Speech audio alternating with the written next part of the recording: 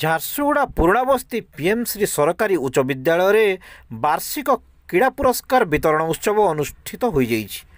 କାର୍ଯ୍ୟକ୍ରମରେ ଜିଲ୍ଲା ଶିକ୍ଷା ଅଧିକାରୀ ଡକ୍ଟର ରାଧାକାନ୍ତ ଗଡ଼ତିଆ ମୁଖ୍ୟ ଅତିଥି ଭାବରେ ଯୋଗଦେଇ କୃତି କ୍ରୀଡ଼ା ପ୍ରତିଯୋଗୀମାନଙ୍କୁ ପୁରସ୍କାର ପ୍ରଦାନ କରିବା ସହ ଛାତ୍ରଛାତ୍ରୀମାନଙ୍କୁ ପ୍ରୋତ୍ସାହିତ କରିଥିଲେ।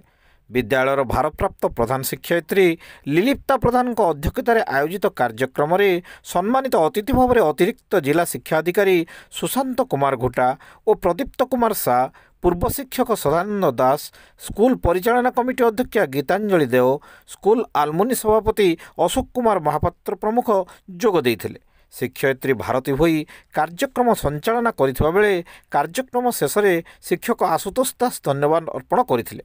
ଝାରସୁଗୁଡ଼ା ପୁରୁଣାବସ୍ତିର ଏହି ପ୍ରମୁଖ ବିଦ୍ୟାଳୟର କ୍ରୀଡ଼ା ଉତ୍ସବକୁ ସଫଳ କରିବାରେ ସ୍କୁଲର ପ୍ରଧାନ ଶିକ୍ଷୟିତ୍ରୀ ଲିଲିପ୍ତା ପ୍ରଧାନଙ୍କ ସହ ଶିକ୍ଷୟିତ୍ରୀ ରୁବି ପଟେଲ, ବିମଳା ନେଟି, ଝରଣା ସୁନାନୀ, ଭାରତୀ ଭୋଇ, ଅନିତା ଶର୍ମା, ସାବିତ୍ରୀ ଭୋଇ, ପିଙ୍କି ପଟେଲ, ସ୍ୱାଗତିକା ପଟେଲ, ଅନ୍ନପୂର୍ଣ୍ଣା ମହାପାତ୍ର, ଚିତ୍ରକଳା ତିୱାରୀ, ସାଧନା ଦାସ ଏବଂ ଶିକ୍ଷକ ପୂର୍ଣ୍ଣେନ୍ଦୁ ପାଣିଗ୍ରାହୀ, ଦିଲ୍ଲୀପ ଲାକ୍ରା, ସୁଶୀଲ ଭୁଏ, ଆଶୁତୋଷ ଦାସ, ଅଜୟ ଦାସ ପ୍ରମୁଖଙ୍କ ସହ ସ୍କୁଲର ସମସ୍ତ କର୍ମଚାରୀ ଓ ଛାତ୍ରଛାତ୍ରୀମାନେ ସକ୍ରିୟ ଭୂମିକା ଗ୍ରହଣ କରିଥିଲେ।